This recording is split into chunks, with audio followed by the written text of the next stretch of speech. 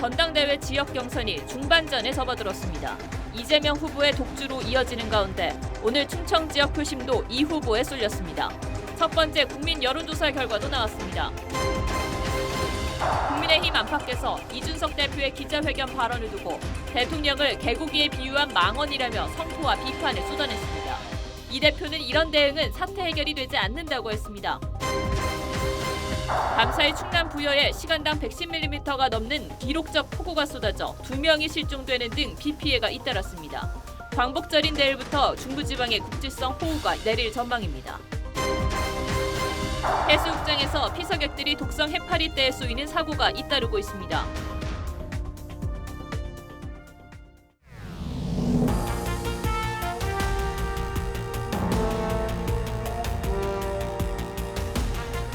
시청자 여러분 안녕하십니까? 뉴스7의 김명우입니다. 더불어민주당 전당대회의 반환점인 충청 지역 순회 경선이 조금 전 마무리됐습니다. 권리당원 투표에서 70%가 넘는 압도적인 득표율을 기록하던 이재명 후보가 오늘 더해진 1차 국민 여론조사에서도 기세를 이어갈지 관심이 모아졌습니다. 그동안 민주당 대표 경선을 봤을 때 이 같은 독주 구도가 만들어진 건 이례적이라는 평가입니다. 이 전당대회가 최종 이런 식으로 끝나게 되면 앞으로 민주당에게 정치적으로 득이 더 클지 실이 더 될지 궁금해집니다. 개표 현장에 나가 있는 취재기자에게 경선 결과 자세히 물어보겠습니다. 정민진 기자, 오늘은 국민 여론조사도 포함이 되는 결과인데 구체적으로 어떻게 나왔습니까? 네, 이재명 후보가 충청 모든 지역 당원 투표에서 압도적 지지를 받았습니다. 이 후보는 충남, 충북, 대전, 세종 지역에서 각각 66.77%, 74.09%, 73.84%, 76.22%를 득표했습니다. 이로써 누적 득표율은 이 의원이 73%를 넘었고 그 뒤로 박용진 의원 19.9%, 강훈식 의원은 6.83%가 됐습니다.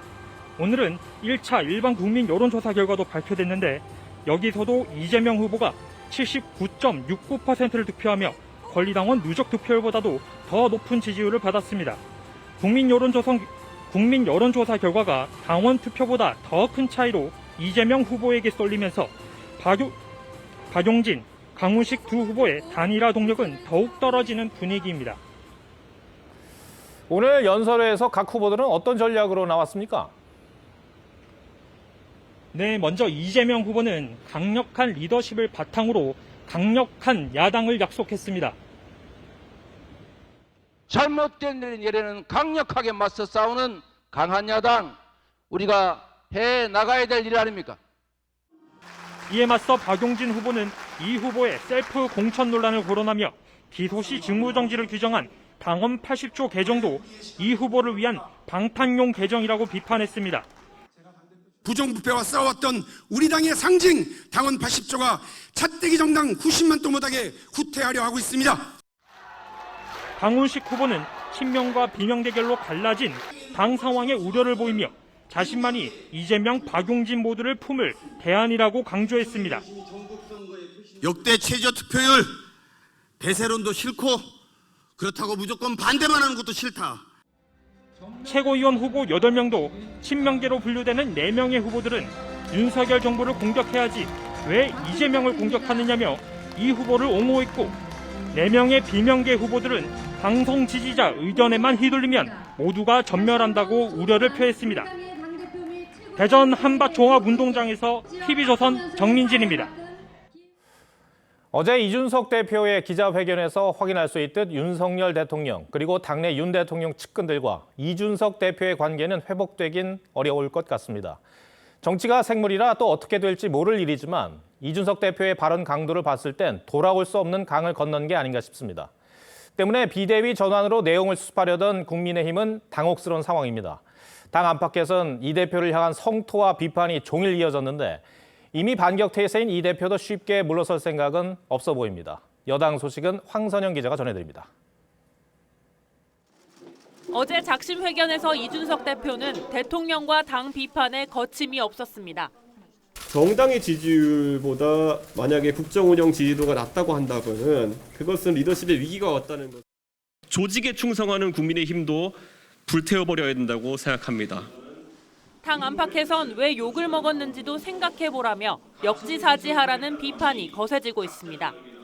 당내 상황을 양두구육에 빗댔던 이 대표가 대선 때 자신도 개고기를 팔았다고 발언한 것에 대해선 개나 양이 아닌 사람의 머리로 사람에 대한 지지를 호소했을 뿐이라거나 자당 대통령 후보를 개고기에 빗대는 건 결코 해서는 안 될 망언이란 비판이 이어졌습니다. 성접대 은폐교사 의혹에 대해선 언급이 없었다거나 눈물로 정치사법적 위기를 극복하려 하지 말라는 지적도 나왔는데 이 대표는 회견을 봤으면 대통령이 개고기라고 생각할 수가 없다. 도대체 다들 뭐에 씌인 건지 모르겠다며 개고기 발언에만 반박했습니다. 그러면서 SNS에 당원 가입 독려 메시지를 올리며 정면 돌파 의지를 보였습니다. 결국 16일로 계획된 비대위 공식 출범과 17일 효력정지 가처분에 대한 법원의 판단이 여권 갈등의 분수령이 될 전망입니다. TV조선 황선영입니다. 광복절을 하루 앞두고 윤석열 대통령은 60여 년간 광복군 합동묘지에 있던 무명 용사들을 이장하는 봉송식에 참석했습니다. 이름 없이 쓰러져간 영웅들을 끝까지 챙기겠다고 약속했는데 내일 광복절 경축사와 취임 100일 기자회견에선 뭔가 의미 있는 대국민 메시지가 나올 것으로 보입니다. 대통령실 인적 쇄신을 놓고도 고심을 이어가는 모습입니다. 김하림 기자입니다. 현충원을 찾은 윤석열 대통령이 광복군의 넋을 기리며 묵념합니다. 젊은 나이 순국한 뒤 후손이 없어 잊혀졌던 선열 17명의 이름을 일일이 호명하며 지금의 자유는 그들의 희생덕이라고 강조했습니다. 자유와 조국의 독립을 위해 자신의 목숨을 초계와 같이 던진 분들의 희생 위에 국가의 이름으로 끝까지 챙기겠다고도 약속했습니다. 무명의 희생과 헌신도 국가의 이름으로 끝까지 챙기고 기억할 것입니다. 윤 대통령이 마지막 영연을 든 의장대의 끈을 바로잡는 모습도 화면에 잡혔습니다. 봉송식 뒤 한 광복군 출신 애국지사의 자택을 방문해 감사의 마음을 전했습니다. 내일 용산 대통령실에서 열리는 광복절 경축식 메시지가 주목을 받는 가운데 취임사에 이어 자유란 표현이 강조될 전망입니다. 17일로 예정된 취임 100일 회견에선 지지율 하락과 임기 초 국정동력 위기의 극복 방안을 밝힐 걸로 예상됩니다. 주후반 대통령실 개편 등 인적 쇄신도 단행할 예정인데 비서실장을 비롯해 정무 홍보 라인에 대한 개편 폭과 대상을 놓고 고심을 이어가는 것으로 알려졌습니다. TV조선 김하림입니다. 군 조직을 감시하는 막강한 권력의 기무사란 부대가 있었죠. 문재인 정부 당시 안보지원사령부로 이름이 바뀌고 권한도 대폭 축소됐습니다. 부대 명칭부터 실제 직무와 맞지 않는다는 지적이 많았는데 결국 4년 만에 다시 이름을 바꾸게 됩니다. 방첩사령부란 이름이 유력하다고 합니다. 윤동빈 기자가 단독 보도합니다. 국군 안보지원사령부는 지난달 초 부대원 1,400여 명을 대상으로 온라인 설문조사를 진행했습니다. 새 명칭을 물었더니 국군 방첩사령부가 특무사, 국방보안사를 제치고 1위를 차지했습니다. 군 관계자는 설문 결과대로 명칭이 결정될 가능성이 높다고 전했습니다. 안보 지원이라고 하는 모호한 개념보다는 본래의 목적인 방첩의 의미가 들어가는. 오랫동안 기무사로 불린 이 부대는 군 조직을 감시하는 막강한 권력으로 민간인 사찰과 댓글 조작 등 수많은 정치 사건에 휘말렸습니다. 문재인 정부 들어 권한이 대폭 축소되며 안보지원사로 이름이 바뀌었는데 감시 기능 약화에 고위장교 인사검증 시스템이 마비되거나 장교들의 기밀 유출 적발이 이어지는 등 부작용도 만만치 않았다는 지적이 나옵니다. 결국 재창설 4년 만에 다시 방첩 기능을 강화하고 불시 보안점검 임무를 되살리는 방안을 검토 중입니다. 일각에선 보안 방첩을 빌미로 다시 권력기관으로 부활하는 것 아니냐는 우려가 있는데 사령부 측은 정치활동 관여와 민간인 정보 수집이 여전히 금지돼 문제가 되지 않는다고 했습니다. TV조선 윤동빈입니다. 윤석열 정부에서 여전히 장관급 중 공석인 자리가 몇 개 있습니다. 그중 검찰총장 자리도 여전히 비어 있는데 누가 될지 관심이 모아지고 있습니다. 법무부가 광복절 직후 추천위원회를 열고 검찰총장 후보군을 3명 정도로 압축할 예정입니다. 검찰총장 출신 대통령의 선택 과연 어떨지 송민선 기자가 전해드립니다. 검찰총장 후보군으로 유력하게 거론되는 건 이원석 대검 차장검사입니다. 김호수 전 총장 퇴임 이후 2달 넘게 총장 직무대행을 맡고 있습니다. 새로운 총장이 부임하실 때까지 빈틈없이 검찰의 책무가 충실히 이행되도록 모든 노력을 다하겠습니다. 이 차장검사는 국정농단 특검에서 박근혜 전 대통령을 직접 조사했던 검찰 내 대표적인 특수통으로 윤석열 대통령의 신임이 높은 것으로 전해졌습니다. 지난 검수완박 입법 당시 검찰 조직 전면에 나서 반대 목소리를 냈던 김후곤 서울고검장도 유력 후보군입니다. 중립성이나 독립성이 훼손되지 않도록 저는 고검장으로서 할 일을 하겠습니다. 문재인 정부 시절 조국 전 법무부 장관의 청문회 준비단장을 맡았다는 점 때문에 야권의 공격을 최소화할 수 있다는 분석이 나옵니다. 윤석열 정부에서 검찰 사상 첫 여성 고검장으로 승진한 노정현 부산고검장도 총장 후보군 물망에 올랐습니다. 외부 인사로는 조국 전 장관 수사를 총괄했던 배성범 전 법무연수원장과 구본선 전 광주고검장, 차맹기 전 고양지청장 등이 거론되고 있습니다. 법무부는 광복절 직후 추천위원회를 열고 검찰총장 후보군을 3명 정도로 압축할 예정입니다. TV조선 송미선입니다. 네, 비 피해 소식이 또 전해졌습니다. 오늘 새벽 충남 부여에 시간당 100mm가 넘는 기습폭우가 쏟아졌습니다. 1톤 트럭이 물에 휩쓸리면서 2명이 실종되고 농경지는 물에 잠겼습니다. 고서정 기자가 보도합니다. 충남 부여군의 한 도로가 폭격을 맞은 듯 완전히 부서졌습니다. 옹벽이 부서지며 커다란 돌덩이가 카센터 앞까지 굴러 떨어졌습니다. 아찔하죠. 아찔합니다. 새벽이 그래서 다행이지 일할 때였으면 아찔합니다. 오늘 새벽 1시부터 2시 사이에 시간당 110.6mm의 기록적 폭우가 쏟아지며 마을 곳곳은 쑥대밭으로 변했습니다. 순식간에 방까지 물이 들어차면서 주민들은 공포에 시달렸습니다. 방까지 차는 건 처음이에요. 너무 무서워요. 나는 서울 그리 물난리 그렇게 해서 아이고 어쩌면 좋느냐고 걱정했더니 진짜 여은산도 이렇게 물난리 날 줄은 몰랐어요. 날이 밝으면서 비가 소강 상태를 보였지만 하루아침에 못 쓰게 된 생활 터전을 보며 주민들은 망연자실한 모습입니다.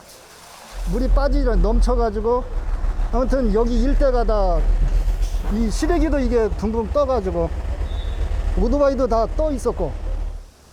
이번 호우로 충남 남부를 중심으로 농경지 200여 헥타르 이상이 피해를 본 것으로 파악됐습니다. 말도 못하겠습니다. 다 지은 농사를 하루아침에 그냥 망쳐가지고 이루 말할 수가 없어요. 부여군 은산면에서는 오늘 새벽 1시 반쯤 빗길에 쓰러진 1톤 트럭이 물에 떠내려가 운전자 2명이 실종돼 소방당국이 수색을 벌이고 있습니다. TV조선 고서정입니다. 네, 서울 등 수도권에도 빗방울이 조금씩 떨어지기 시작했습니다. 경기 남부와 강원 영서 지역에는 호우주의보가 내려진 상태인데요. 취재기자가 잠수교에 나가 있습니다. 자, 박한술 기자, 잠수교는 여전히 지나다닐 수 없는 상태군요. 네, 그렇습니다. 오후부터는 서울 등 수도권에도 빗줄기가 강해지고 있는데요. 현재 잠수교는 차량과 보행자들의 통행이 전면 통제된 상태입니다. 강한 소나기 구름대가 북상하면서 경기 남부를 시작으로 오늘 밤 서울 등 수도권에 시간당 30mm에서 50mm의 많은 비가 내릴 것으로 보입니다. 오후 5시 20분을 기해선 경기 용인과 오산, 평택, 이천 등에 호우주의보가 내려진 상태인데요. 8일부터 내린 집중호우로 현재 한강 상류댐들은 이미 제한 수위에 도달했습니다. 잠수교의 통제가 계속되는 것도 소양강댐과 팔당댐 등 주요 댐들이 물을 흘려보내고 있기 때문인데요. 팔당댐에서는 초당 4,300톤에 이르는 물을 방류하고 있습니다. 한수원에서 추가 방류 가능성을 시사한 상황에서 광복절 이후엔 상류 지역댐 방류량도 늘어날 것으로 보입니다. 비 상황에 따라선 도로가 추가로 통제될 가능성이 있는 만큼 외출하실 때에는 상황을 잘 살피셔야겠습니다. 지금까지 잠수교에서 TV조선 박한솔입니다. 네, 지난주 경험해보지 못한 엄청난 폭우에 이제 비가 많이 온다고 하면 덜컥 겁이 나죠. 특히 한 차례 타격을 받은 집안이 약해진 상태라 더더욱 주의해야 합니다. 윤서아 기자가 보도합니다. 서울 동작구의 한 고등학교. 지난 8일부터 내린 폭우에 학교 뒷산이 무너져 내렸고 부문 담벼락은 형태를 알아볼 수 없게 됐습니다. 처참하게 당하리라고 생각하진 못했는데 대비나 이런 정책들이 되게 많이 안 돼 있구나라는. 인근 아파트 단지도 사정은 마찬가지.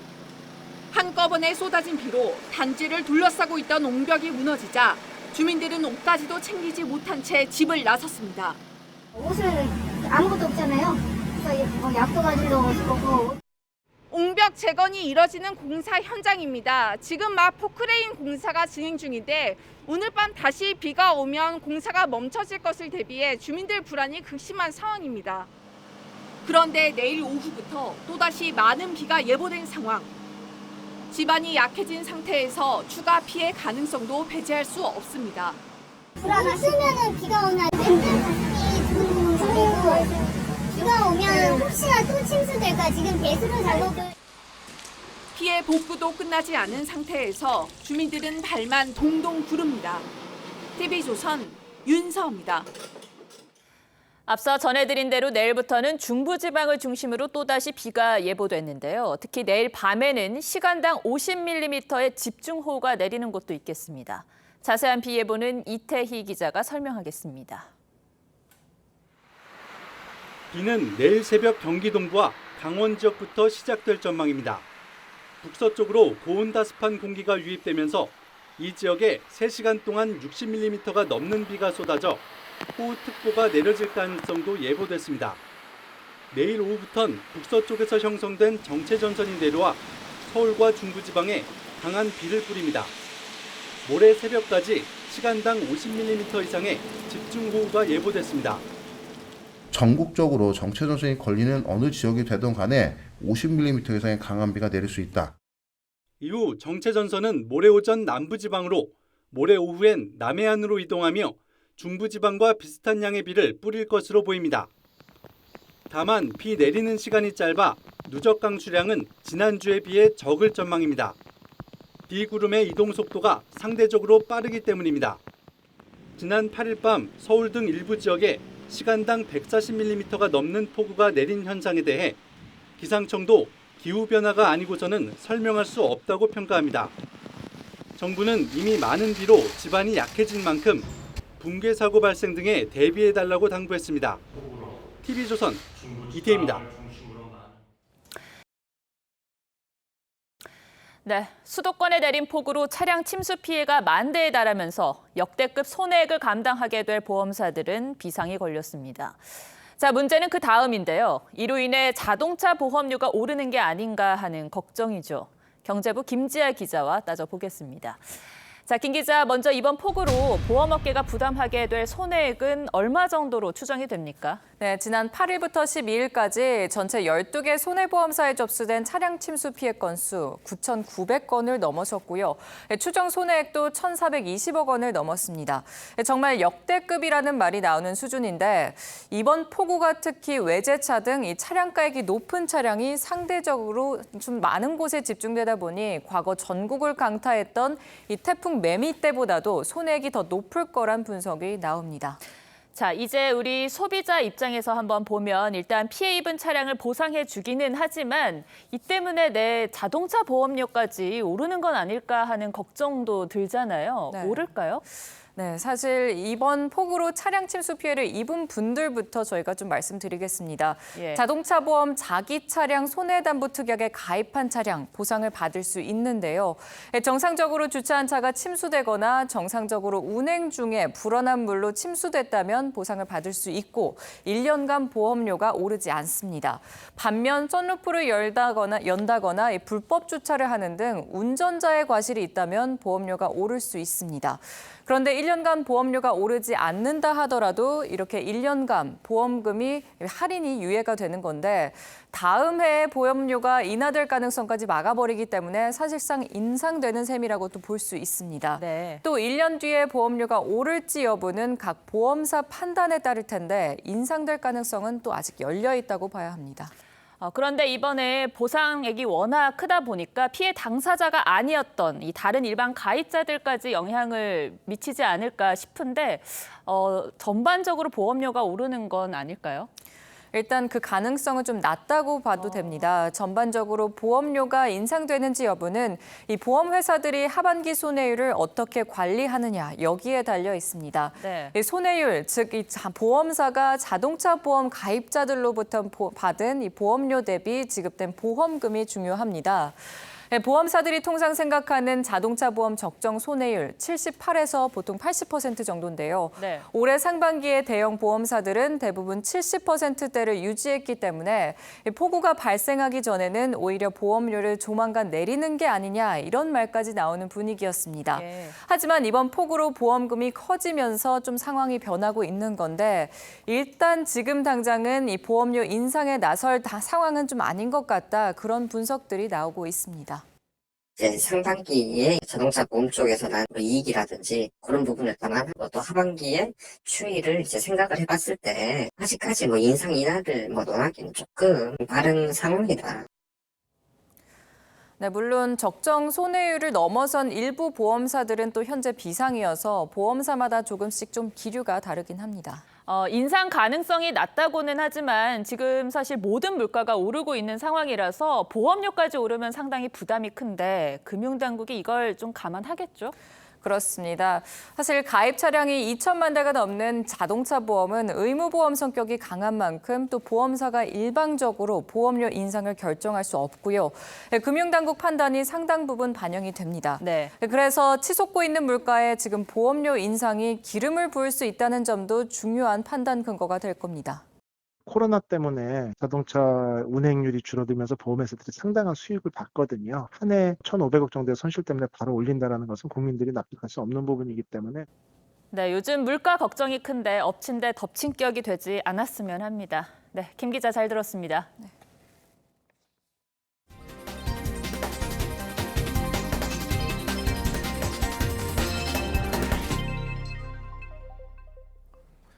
코로나 위중증 환자가 500명을 넘어서며 107일 만에 가장 많았습니다. 엿새째 신규 확진자는 10만 명대 이상 나오고 있는데 위중증 환자와 사망자가 더 늘어날까 걱정입니다. 신경희 기자가 보도합니다. 코로나19 위중증 환자가 하루 새 43명 늘어 512명을 기록했습니다. 지난 4월 29일 526명 이후 107일 만에 최다 수준입니다. 최근 고령층과 기저질환자가 모인 취약시설에서 집단 감염이 급증하고 있기 때문입니다. 요양병원 등 감염 취약시설 관리와 고령자, 기저질환자 등 코로나19에 취약한 고위험군 보호에 방역 역량을 집중하겠습니다. 최근 4주간 요양병원 등 집단 감염은 116건, 관련 확진자는 2,445명에 이릅니다. 특히 위중증 환자의 88%가 60세 이상 고령층이라 위중증, 사망자가 늘어날 우려가 나옵니다. 병상도 서서히 차올라 위중증 병상 가동률은 절반 가까이 이르고 준중증 병상은 이미 60%를 넘었습니다. 오늘 신규 확진자는 11만 9,603명으로 지난주 최고 15만 명대를 기록한 뒤 정체 상태입니다. 재유행이 긴 꼬리를 남기며 이어질 수 있다는 분석입니다. 속도가 이렇게 천천히 떨어지지 않을까. 면역력이 떨어진 사람에서의 그 재감염률이 올라가면서 광복절 연휴에 일부에선 폭우로 검사가 원활하지 않는 것도 변수입니다. 확진자가 줄지 않은 채 8월 말 개학과 9월 초 추석 연휴를 맞게 될 경우 유행이 더 큰 규모로 번질 수 있다는 우려도 나옵니다. TV조선 신경입니다. 수마가 휩쓸고 지나간 중부지방과 달리 찜통더위가 이어지고 있는 강원 동해안과 남부지방 해수욕장에서는 독성 해파리떼 쏘이는 사고가 잇따르고 있습니다. 폭염특보가 이어지면서 일부 해수욕장에는 녹조가 유입돼 피서객 출입이 통제되기도 했습니다. 하동원 기자가 보도합니다. 수상구조대원이 해변까지 몰려온 대형 해파리를 힘겹게 건져냅니다. 또 다른 해변에선 해파리떼가 몰려드는 모습이 포착됩니다. 촉수도 있어요. 해수욕장의 여름철 불청객 노무라 이끼 해파리입니다. 최근 제주와 부산 등지에 해수욕장에 때로 나타나 수십 명의 피서객들이 쏘임 사고를 당했습니다. 어제는 강원 동해안의 해수욕장에도 등장해 피서객 42명이 다쳤습니다. 수십 마리의 큰 거는 막 1m도 넘는 그런 해파리가 여기 있어가지고 저희가 뜰채 같은 걸로 노무라입깃 해파리에 쏘이면 통증이나 가려움 등을 느끼고 심한 경우 쇼크로 사망할 수도 있습니다. 부산해안 해수욕장에는 녹조가 유입돼 지난 4일 동안 해수욕이 금지됐습니다. 낙동강에서 발생한 녹조가 바닷물로 흘러든 것입니다. 바닷물을 투명 컵으로 떠보니 이렇게 녹색 알갱이가 둥둥 떠 있습니다. 녹조 유입 소식에 피서객들은 발길을 돌렸습니다. 녹조가 생기니까 애들은 1년에 한 번밖에 못 오는데 들어갈 수가 없어서 안타깝죠. 휴가철 해수욕장이 해파리떼와 녹조로 몸살을 앓고 있습니다. TV조선 하동훈입니다. 네, 우리나라 최대 다목적댐인 소양강댐이 나흘째 방류를 이어가고 있습니다. 수천 톤의 물이 쏟아지는데 볼거리긴 합니다. 이 모습을 보기 위해 관광객들이 도로 위 갓길에서 차를 멈추거나 가드레일을 넘어 낭떠러지에서 사진을 찍기도 합니다. 너무나도 위험해 보입니다. 이승훈 기자가 보도합니다. 123m 길이의 수로를 따라 초당 600톤의 물이 쏟아집니다. 폭포처럼 쏟아진 물은 거대한 물보라를 일으킵니다. 관람객들이 도로 갓길에 차를 세우고 댐 방류 모습을 지켜봅니다. 갓길로 나온 사람들은 달리는 차량과 뒤엉켜 있습니다. 찍을 수 있는 장소가 여기밖에 없거든요. 저 위에는 망으로 낮춰져 있고 사진 찍을 욕심에 아마 밑에 내려가가지고. 이렇다 보니 교통사고 위험도 높습니다. 갓길에 내려 사진을 찍다 뒤따르던 차량과 충돌할 뻔한 위험천만한 상황도 벌어집니다. 위험하죠. 많이 위험하죠. 혼자만 되어지니까. 물보라를 더 가까이 보기 위해 더 위험한 일도 벌어집니다. 소양강댐 방류를 보기 위해 가드레일을 넘는 경우도 빈번합니다. 댐 방류가 시작된 지난 11일에는 관광객이 가드레일을 넘어 구경하다 높이 5m 낭떠러지 아래로 추락해 다치는 사고가 일어났습니다. 이거 넘어가서 위험한데 가족들이 막 찍더라고. 말리고 싶은데. 사정이 이런데도 관할 지자체나 소양강댐 측은 주차 단속이나 안전지도에 적극적으로 나서지 않으면서 관광객들의 위험천만한 관람은 계속되고 있습니다. TV조선 이승훈입니다. 최근 주택시장은 높은 금리와 대출 규제 여파로 침체 국면에 접어들고 있습니다. 서울 강남권 아파트까지 하락세인데요. 반대로 상가의 매매가는 오름세를 이어가고 있습니다. 이렇게 분위기가 상반된 이유를 백대우 기자가 보도합니다. KB부동산의 주간 주택시장 동향입니다. 8월 둘째 주 서울 아파트값은 전주보다 0.04%포인트 떨어졌습니다. 4주 연속 하락세입니다. 서울 강남의 한 아파트는 지난 6월 전용 33제곱미터가 9억 7천만 원에 거래됐는데 석 달 전 같은 평형에 비해 1억 8천만 원 떨어졌습니다. 서울 송파구의 전용 84제곱미터 거래가도 올 1월보다 최대 3억 원까지 하락했습니다. 반면 상가 매매가는 오름세를 이어갑니다. 국토교통부 실거래가 분석 자료에 따르면 올해 상반기 전국 상가 평균 매매가는 3.3제곱미터당 2,062만 원, 서울 지역은 3,875만 원입니다. 지난 2020년 상반기 1,719만 원에서 계속 상승하더니 올 상반기에는 반기 기준 역대 최고가를 기록한 겁니다. 상가는 상대적으로 완만한 규제, 거리두기 완화에 따른 공실 위험 감소, 그리고 지대 상승 등이 복합적으로 작용하면서 거래가가 올랐다는 분석입니다. 상가는 주택과 달리 대출 규제가 적은 데다 집값 급등으로 아파트와 상가 간 가격 격차가 커짐에 따라 시중 부동 자금이 이동하고 있습니다.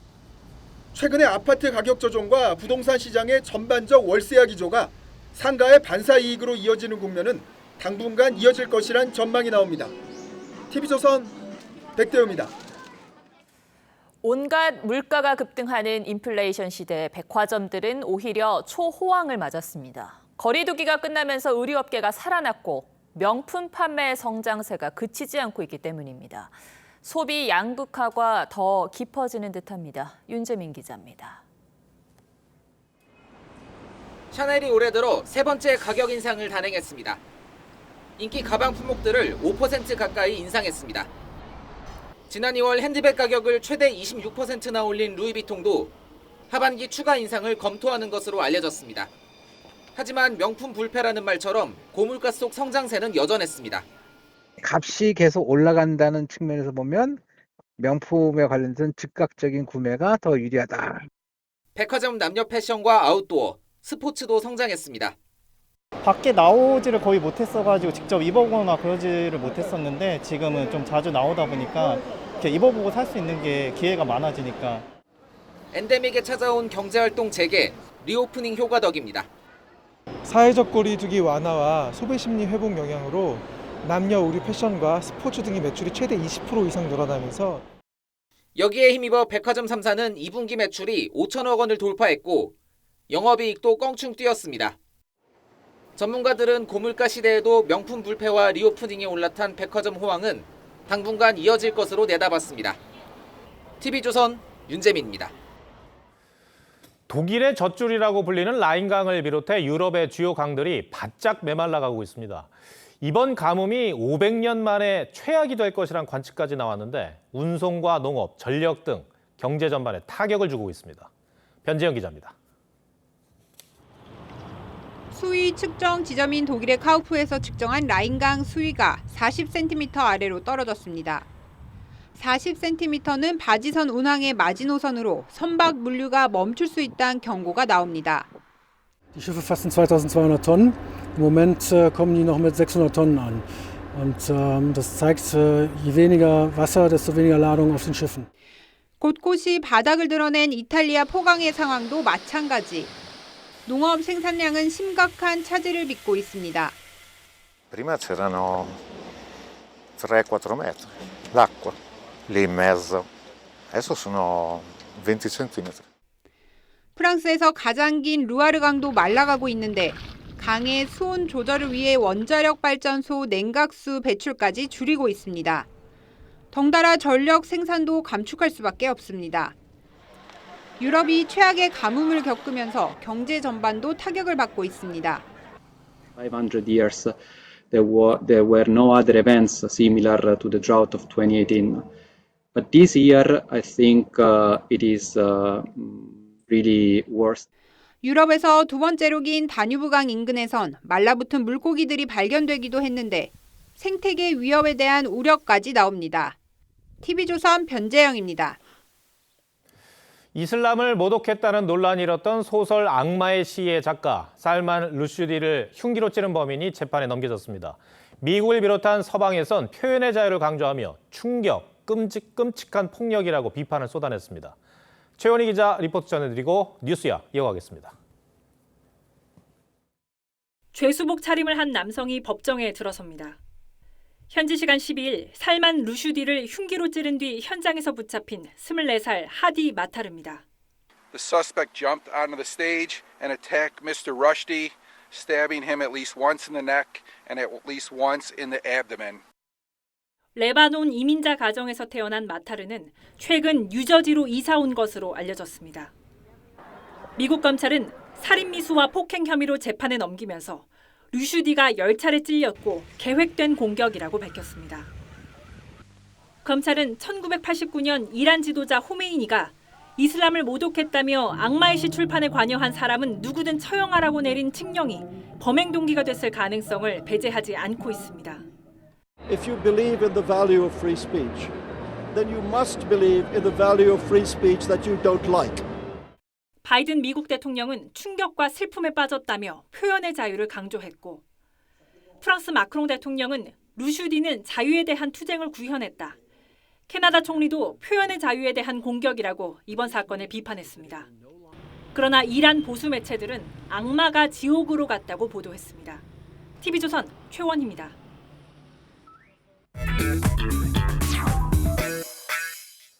뉴스야 시작합니다. 정치부 한소원 기자 나와 있습니다. 첫 번째 물음표 볼까요? 네, 첫 번째 물음표는 악연의 발단입니다. 네, 저희가 윤석열 대통령과 이준석 대표 사진을 걸었습니다. 네. 그런데 이제 어제 이 대표의 회견을 기점으로 함께 가기는 좀 어려워진 것 같아요. 그런데 그 발단이 있다고요? 네, 그렇습니다. 이 두 사람은 사실상 야당 대표와 유력 대선 주자로서 관계가 나쁘지는 않았습니다. 예. 그리고 이 뒤 사진을 보면요, 두 사람은 지난해 7월에 이제 치맥 회동을 하고 손깍지까지 끼면서 그러네요. 이렇게 거리를 활보하기도 했었는데요. 그 치맥 회동 뒤에 사흘 뒤엔 윤 대통령 집 근처에서 비밀 회동까지 하면서 입당 논의를 했는데. 두 차례 유출 사태가 발생을 하면서 감정이 어긋나기 시작했습니다. 유출 사태라고 하면은 뭘 말하는 겁니까? 네, 당시 그 윤석열 후보의 입당 날짜가 한 매체에 사전 보도가 됐었는데 예. 평소 이 대표와 가까운 걸로 알려진 쪽에서 기사가 나오면서 유출 공방이 일었습니다. 그래서 그때 윤석열 후보가 당초 예정됐던 날짜보다도 빨리 기습 입당을 했고 이준석 대표 패싱 논란도 있었던 게 기억이 나네요. 맞습니다. 어쨌든 그 입당은 했고 또 두 사람 모두가 서로가 필요한 상황이었기 때문에 그럭저럭 넘어갈 수는 있었습니다. 네. 하지만 그 즈음 윤 대통령이 이 대표에 대한 기대를 완전히 접어버리게 된 계기가 있었다고 합니다. 어떤 일입니까? 바로 그 통화 내용 유출 논란인데요. 이 두 사람의 통화 내용이 녹취록 수준으로 정리가 돼서 언론에 돌게 된 건데 윤 대통령과 오랫동안 함께 호흡을 맞춰온 참모들에 따르면 대통령 후보와 당대표가 통화한 내용이 녹음이 된 데다 또 그 녹취록이 외부에 떠도는 상황을 윤 대통령 입장에선 도저히 이해하기는 어려웠다고 합니다. 그때부터 이 대표를 더 이상 신뢰하기가 어려웠던 겁니다. 어제 회견을 보니까 이 대표도 그 부분이 조금 억울했던 것 같더라고요. 네, 저도 그 기자회견을 보면서 똑같이 느꼈는데 예. 그 외에도 여러 유출 논란이 있었기 때문에 종합해서 반박을 하긴 했지만 본인도 초창기엔 변수를 통제하지 못했다 이렇게 인정했습니다. 이 모든 오해의 근원이 되었던 과거 이미 1년이 넘은 패싱 입당이라든지 이런 것들 전부 다 제가 정보를 유출했다는 그런 오해 속에서 시작된 갈등들이었습니다. 어쨌든 이 대표도 그 유출 논란이 갈등의 시작이었다는 점은 인식은 하고 있네요. 그 뒤에 생각을 해보면 이 대표가 윤핵관이라는 말을 만들어서 대치를 하기도 하고 그랬었죠. 네, 맞습니다. 이 윤핵관 규탄이라는 명분을 내걸고 또 사실상 당무를 거부한 채 전국 순회를 한 뒤 이른바 울산회동으로 극적 화해를 했고 연말엔 대선 공보단장이던 최고위원을 비판하면서 선대위를 물러났다가 겨우겨우 봉합이 됐습니다. 윤핵관 그룹은 계속 이 대표를 향해 공세를 이어갔고요. 예. 그러다가 결국 이렇게 이제 극단적으로 갈라서는 모양새가 연출이 됐는데 그건 또 어떤 결정적인 요인이 있을까요? 네, 그동안은 좀 감정 싸움의 측면이 있었지만 이제 이번에는 권력 투쟁 양상으로 갔기 때문입니다. 윤 대통령 취임 이후 5개월에 걸쳐 이 대표가 당협위원장 임명을 추진했었는데요. 내후년 총선을 앞두고 이 대표가 미리 세력을 구축하려는 거 아니냐 이런 의혹이 일었습니다.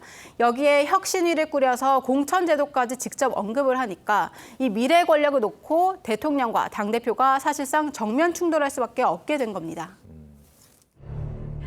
총선의 가장 중요한 여당의 지점은 공천이다. 그래서 그것을 시스템화하는 것에 상당한 정권의 성패가 달려있다라고 저는 확신합니다. 네, 첫 번째 물음표 정리해 볼까요? 네, 첫 번째 물음표 악연의 발단의 느낌표는 헤어질 결심으로 하겠습니다. 네, 그 이른바 내부 총질 문자 논란에 이어 어제 이 대표의 작심 섞인 기자회견으로 두 사람은 건널 수 없는 강을 건넌 셈이 됐습니다. 알겠습니다. 두 번째 물음표는 뭡니까? 네, 두 번째 물음표는 검수완박 아닌 검수완강입니다. 검찰 수사권 완전 박탈, 그게 검수완박이라는 건 알겠는데 검수완강은 무슨 얘기입니까?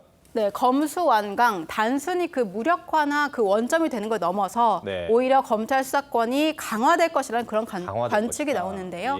아시다시피 그 민주당이 추진한 검수완박법이 중이란 한 글자를 등으로 수정을 하면서 큰 반전이 된 건데 이 한 글자 때문에 검찰 수사 범위가 이전보다 더 확대될 수 있다는 겁니다.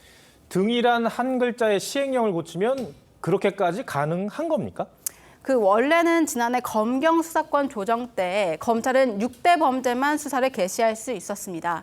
그래서 그동안 검찰이 수사를 하다가 무고나 위증 같은 범죄를 인지하더라도 검찰로서는 수사를 시작할 수는 없었습니다. 그렇기 때문에 일선 검찰 반발이 거셌는데 이번에 한동훈 장관 발표를 보면 이 등이라는 의미의 사법 질서를 해치는 무고나 위증 범죄도 추가를 했습니다.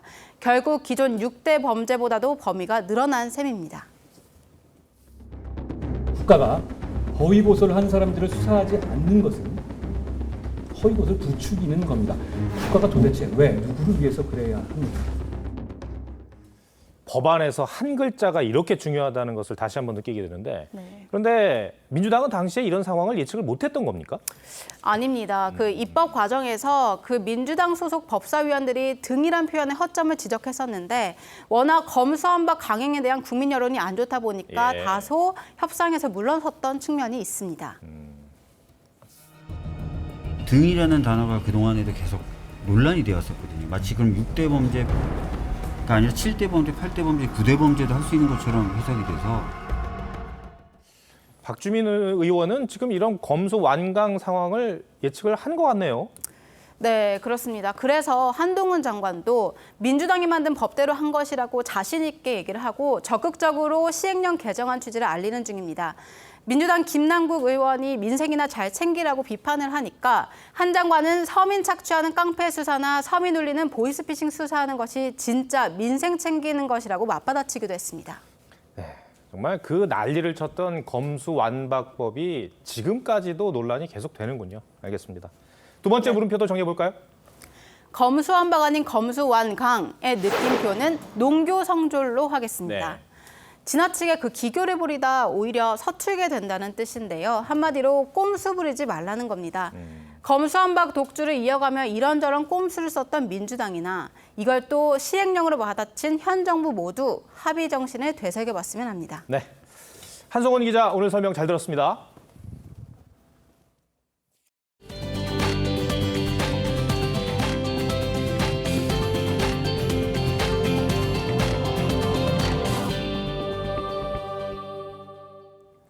국내 최장수 걸그룹 소녀시대가 5년 만에 돌아왔습니다. 트와이스, 블랙핑크 등 다른 인기 걸그룹들도 줄줄이 컴백을 예고하면서 올여름 가요계가 들썩이고 있습니다. 박소영 기자가 보도합니다.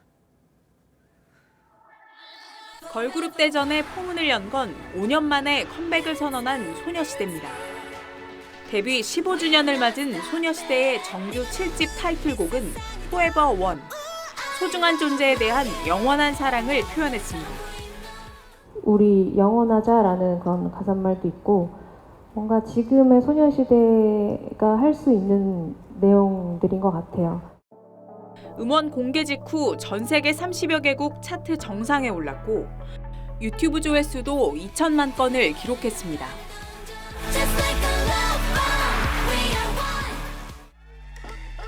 K-팝 걸그룹 최초로 북미 스타디움 공연을 성사시킨 글로벌 걸그룹 트와이스도 11번째 미니 앨범 비트윈 1&2를 내고 팬들과 만납니다. 타이틀곡은 톡댓톡으로 오는 26일 공개됩니다. 걸그룹 최초 밀리언셀러 기록을 갖고 있는 블랙핑크 역시 2년여 만에 새 앨범을 내고 오는 19일 선공개곡 핑크베놈을 발표할 예정입니다. 컨셉으로 봤을 때 조금은 좀 발랄하고 여름이라는 분위기와 좀 잘 어울리는 부분들이 있지 않나 하는 생각이 들고요. 특히 요즘은 시즌송이 워낙 좀 하나의 대세로 자리 잡은 부분들도 있고. 정상급 걸그룹의 2탄 컴백이 뜨거운 여름 핫 이슈로 떠오르고 있습니다. TV조선 박소영입니다.